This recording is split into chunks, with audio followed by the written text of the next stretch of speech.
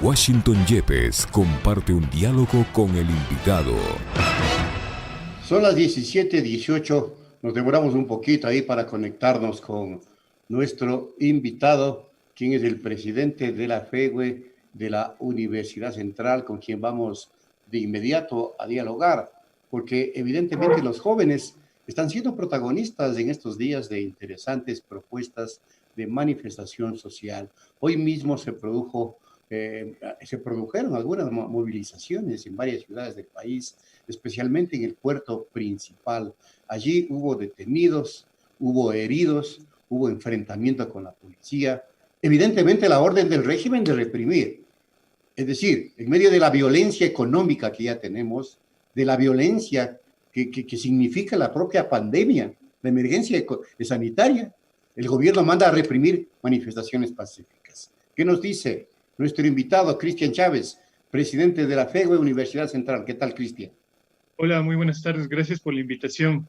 Bueno, es muy lamentable lo que este gobierno hace con la juventud o quienes ejercen algún tipo de lucha social en reclamo a las medidas neoliberales que hoy vivimos en el país y sobre todo quienes estamos sufriendo más la parte más vulnerable como los estudiantes, los trabajadores, los campesinos. Entonces salen a protestar, salen a reclamar y nos acusan, ¿no? Porque hemos sido también víctimas de acusaciones por parte del gobierno de terroristas, de irresponsables, cuando sabemos que el COVID mata, las necesidades matan, pero el hambre también mata. Entonces, no podemos estar encerrados y que el gobierno siga tomando decisiones antipopulares, inconsultas, sin que se consulte a la ciudadanía y que solamente obedezca a políticas del FMI. Entonces, realmente nosotros como ecuatorianos y como estudiantes no vamos a estar de acuerdo y tenemos que salir a la lucha cumpliendo las medidas de bioseguridad, pero tenemos que salir, no podemos estar en casa encerrados. Ahora, los jóvenes creen que el gobierno está aprovechándose esto de la pandemia, de la crisis sanitaria,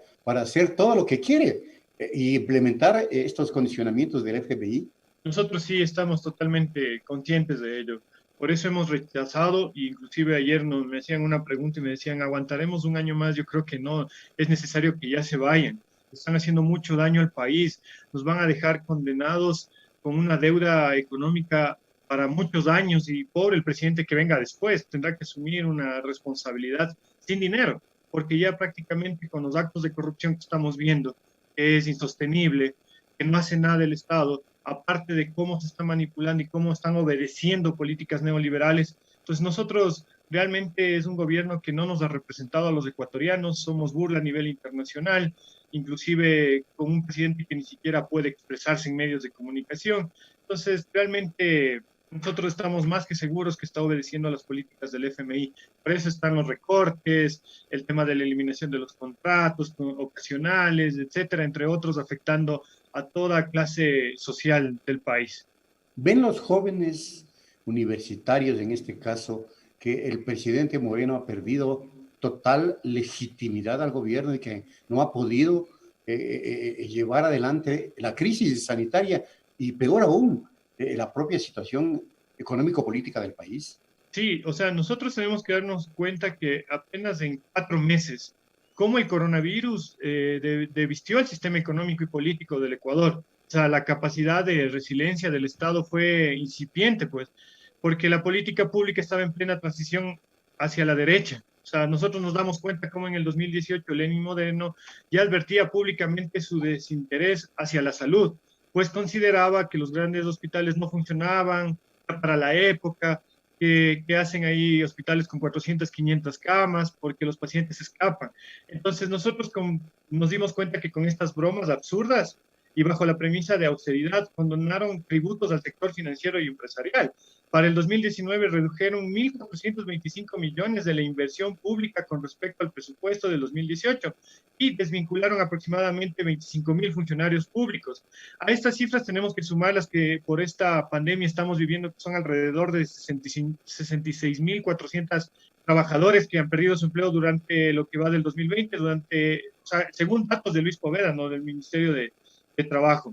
Entonces, ¿qué nosotros hemos visto? Que ante la dura situación, el ministro de Finanzas, Richard Martínez, trabaja arduamente, supuestamente, porque la emergencia sanitaria se convirtió en la excusa perfecta para reordenar las finanzas públicas, como dicta la doctrina multilateral, ¿no? Para ello, el estado de sección en curso plantea medidas económicas que transgreden la Constitución, también atentan garantías del pleno empleo, así como la eliminación del subempleo y el derecho a la educación y otros elementos más, ¿no? Entonces, ahorita con nosotros hemos visto que hacia la educación superior, cuando se da todo esto de la reducción al presupuesto, es como que también se destapan más cosas, ¿no?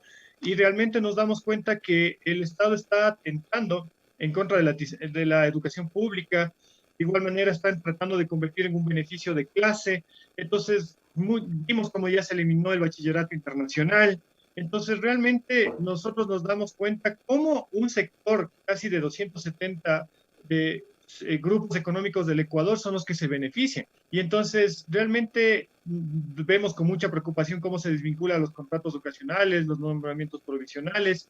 Entonces, 791 millones se pagó por concepto de deuda externa. Entonces, 466 millones más de lo que dijeron haber pagado, según cifras del Banco Central, ¿no?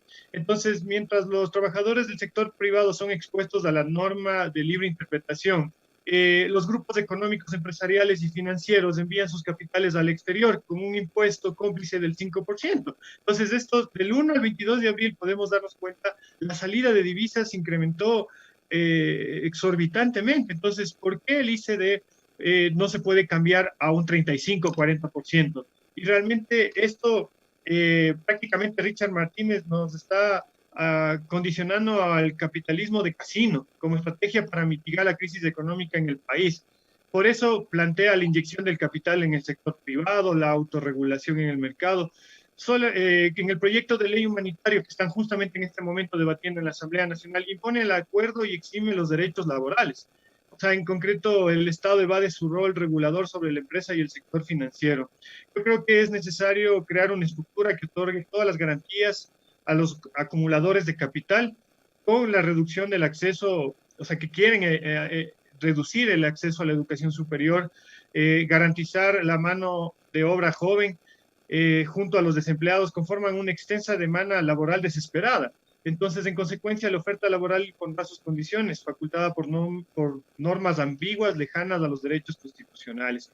Claro, Eso podría manifestarlo yo realmente, correcto. inclusive en un tema que mis compañeros hemos analizado durante toda esta semana, porque como estamos también saliendo a medios, tenemos que decirle la verdad de lo que está haciendo este gobierno, no podemos callarnos. Entonces, Correcto, correcto gracias el por el análisis, espacio. Cristian. Y yo quiero adicionar a lo que usted dice, Cristian, en cuanto a la salida de capitales, que el Ecuador, con este personaje tan nefasto como es el ministro de Finanzas, no pagó los 700 millones que usted dice, pagó 1.300 millones y hasta algunos otros analistas sostienen que pagó 1.700 millones de deuda externa. Pero eso no es todo. Ha permitido la fuga de capitales, inclusive a través de medios de comunicación que sacaron plata a paraísos fiscales, como el diario El Comercio, el diario El Universo y Ecoavisa, estos grandes monopolios de los medios de comunicación. Universidad San Francisco, la Universidad Internacional y la Universidad Espíritu Santo sacaron del país 800 millones en medio de la desgracia del Ecuador, en medio de semejante crisis económica, y nadie frenó esto. Cristian, por eso es Claro, que los jóvenes tienen que jugar un papel importante ahora. y por esa misma situación nosotros, inclusive cuando salimos nosotros del día, el 1 de mayo cuando conocimos del recorte, nosotros del día lunes automáticamente nos trasladamos en una caminata pacífica, la directiva de la FEWE, porque no podríamos hacer una convocatoria masiva por el mismo hecho del COVID que estamos viviendo, ¿no? Para no salir tampoco de manera irresponsable, para tampoco afectar la salud de nuestros compañeros, pero salimos valientemente como dirigentes, o sea, que nos debemos a nuestros compañeros, que nos debemos a la sociedad ecuatoriana, porque de sus impuestos nosotros estamos estudiando, o sea, de la gente. Entonces, nosotros fuimos y le presentamos, y lo primero que nosotros nos quejamos fue de los oligopolios del sector bancario. O sea, qué increíble ver que en esta pandemia ellos sigan generando grandes utilidades, o sea, sus patrimonios siguen acrecentándose, y resulta que a ellos les cobran un mínimo anual, cuando a ellos se les debería cobrar por lo menos del 20 al 25% de su utilidad mensual. Y con los 1.500, 1.600 millones más o menos que se les condenó, que no se los cobró a las grandes empresas, imagínense, ahí está tanto dinero que sin la necesidad de meterle la mano al bolsillo al pueblo. Entonces, tratando de decir como que arrimemos el hombro y cuestiones así, no son políticas de Estado que se debe aplicar, sino el Estado debe garantizar el empleo.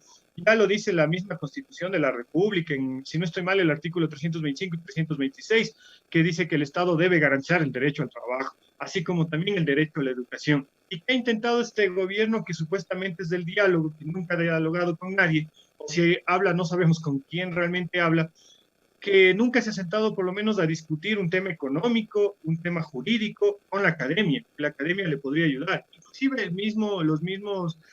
las mismas personas profesionales que están dentro del ámbito público, privado, etcétera, pero quienes realmente trabajan por ayudar a la sociedad, al pueblo, a la gente, no quienes se enriquecen y, como usted mismo lo manifestó, siguen sacando ese poquito de dinero que hay en el país hacia los paraísos fiscales, solamente para ellos mantener su gran capital, su gran patrimonio, y los demás seguimos jodidos acá.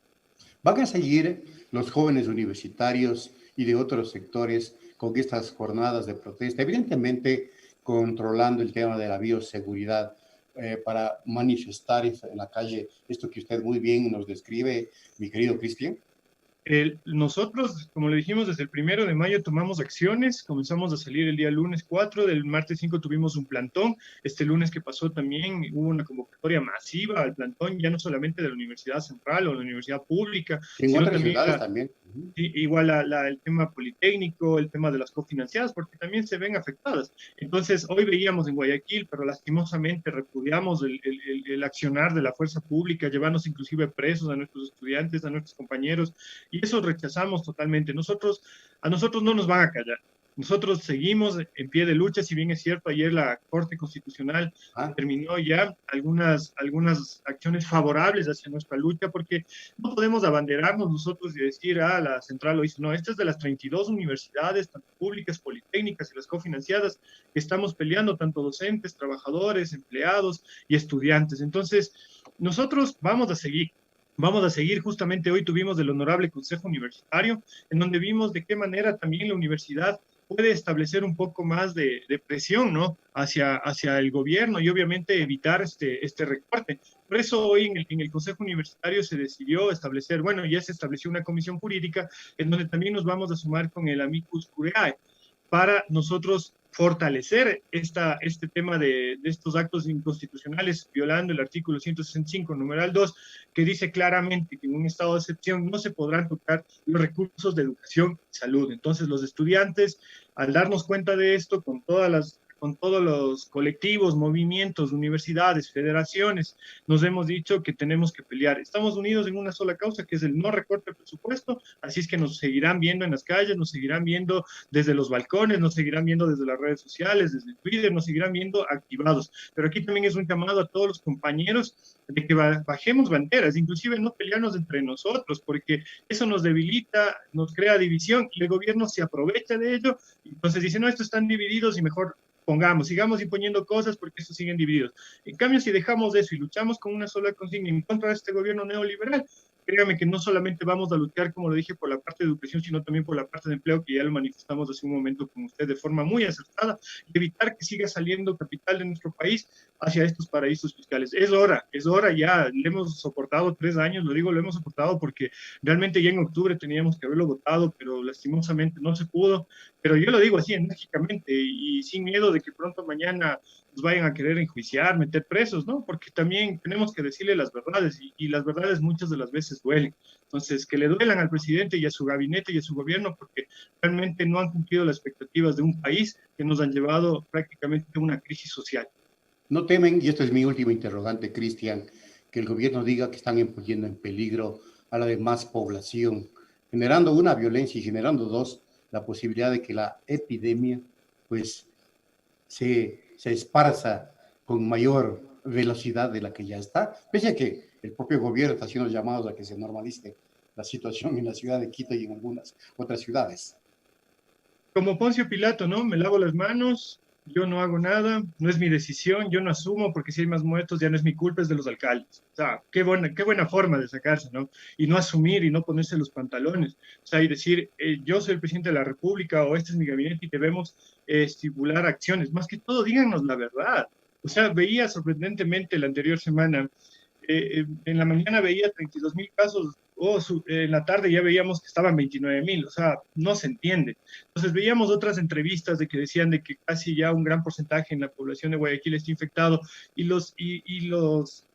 el tema de los contagiados, el resultado oficial que nos da el gobierno, o sea, no llega realmente a decirnos la verdad. Por eso es que estamos viendo a la gente morirse en la calle. O sea, aquí en Quito hemos visto ya en Guayaquil, ahorita en Quito se está viendo. Entonces realmente no nos están jugando inclusive con la dignidad de nosotros como ecuatorianos, porque tenemos el derecho a la comunicación, un silencio cómplice de los medios de comunicación, porque vemos que solo sacan lo que les conviene, y la lucha social y este tipo de manifestaciones que con argumentos, porque no es que estamos saliendo por salir, sino presentando propuestas que realmente nos tiene preocupados. Y no hemos sido irresponsables. Ninguno de los actores que hemos convocado de una u otra forma, en un día lo hemos hecho nosotros, otro día lo han hecho otros movimientos, otros colectivos, otras organizaciones, y antes de salir han establecido las reglas de bioseguridad antes de salir. Inclusive en las mismas manifestaciones hay personal médico de nosotros, o sea, también hay personal que son enfermeros, son médicos, son estudiantes, son internados, entonces que también se suman y te dicen, oye, hay que cuidarnos, a ver, mantengamos la distancia. O sea, no es que estamos desorganizados, porque nosotros sí somos pensantes, o sea, nosotros sí estamos preparándonos dentro de la academia para dar soluciones propositivas y con ideas claras. Ese es el argumento que nosotros tenemos y vamos a seguir, amigo Guacho. Y entonces, igual, gracias por el espacio, porque de una u otra forma esto realmente conoce la verdad a la ciudadanía de cómo es nuestro accionar, porque por ahí también veíamos el desprestigio, no sé si viste, que comenzaron a hacer hacia las universidades, hacia los dirigentes estudiantiles. O sea, realmente trataron de conmocionar, o sea, ya no pudieron por la parte legal, ya no pudieron por el tema académico. Ah, no, ¿qué tenemos que hacer? Paguemos páginas, paguemos trolls, Facebook falsos y ataquémoslos. O sea, digámosles de que tienen hasta 3 esposas, tienen 3 secretarias, de que son de otro país y que ganan 5.000, 7.000. O sea, es así. O sea, entonces, tanto es la demagogia de este gobierno que ya no le da, o sea, ya no le da, ya no sabe por dónde atacar al tema social, a la educación, y tiene que reinventarse haciendo solamente daño. Correcto, Cristian, muchas gracias por haber intervenido y dar a conocer esta posición de los jóvenes, que por cierto es muy noble. Cristian Chávez, presidente de la FEGUE, estuvo aquí en los micrófonos de Pichincha Universal. Gracias, Cristian. Hasta pronto. Gracias, Guacho. Con fuerza, seguimos. Punto Noticias.